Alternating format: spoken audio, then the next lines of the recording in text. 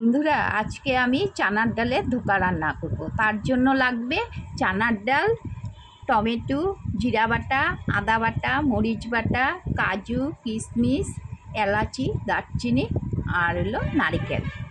এখন চানার ডালটা আমি আধ ঘন্টা ভিজিয়ে রেখেছিলাম। এটাকে পেস্ট করে নেব। পেস্ট করে আমি কড়াইতে একটু তেল দিয়ে দিয়েছি। তেল দিয়ে সেটাকে নেড়ে একটু ডো বানিয়ে নিব।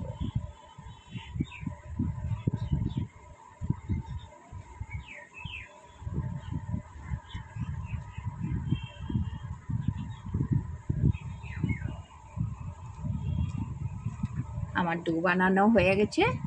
এখন একটা থালাতে সামান্য ঘি মেখে এটাকে সেট করে নেব।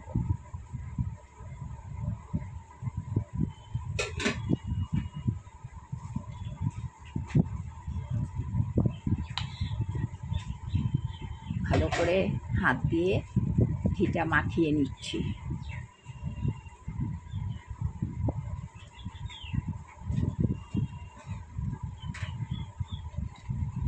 এখন ডালটা ঢেলে সেট করে নিব।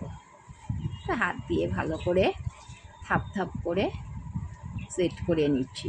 এখন কেটে নিচ্ছি, ছোট ছোট করে স্কোয়ার করে কেটে নেব। কেটে তেলে ভেজে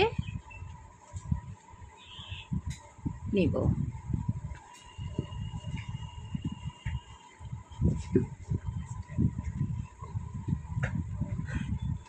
এই যে দেখো, এভাবে কেটে নিচ্ছি।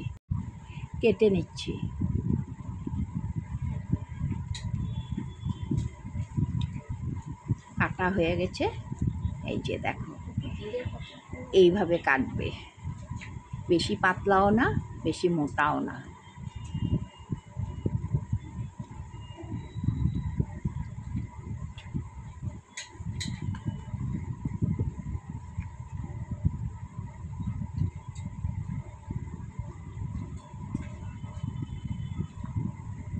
এখন আমি ভেজে নিব। প্যানে তেল দিয়ে দিলাম। তেল দিয়ে ভেজে নেব। এপিট উপিট করে ভালো করে লাল করে ভাজবো।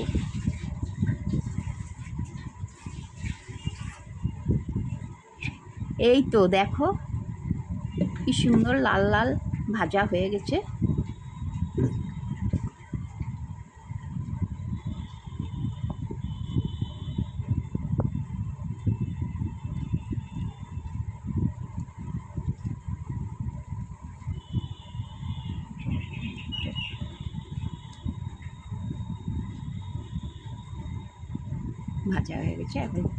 ভাজা হয়ে গেছে, এখন তুলে নেব।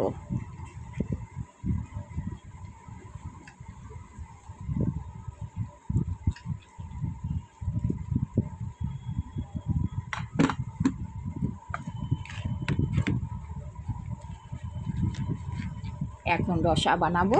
তার জন্য কড়াইতে তেল দিয়ে দিয়েছি। এলাচি, দারচিনি, তেজপাতা, কালো জিরা ফোড়ন দিয়েছি। ফোড়নটা হয়ে গেলে মশলা ঢেলে দিলাম। মশলা দিয়ে এখন ভালো করে কষিয়ে নেব।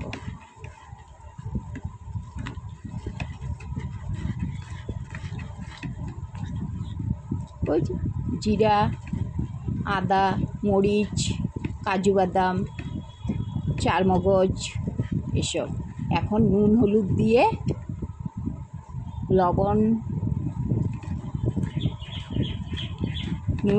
হলুদ দিয়ে ভালো করে এটাকে কষে নেব। এখন আলু ডুমো ডুমো করে কেটে রেখেছিলাম, সেইগুলি দিয়ে দিলাম।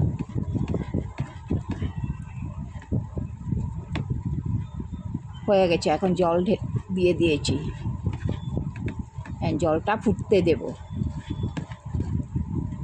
ফুটা হয়ে গেছে। এখন ধোকা বড়াগুলা দিয়ে দিলাম।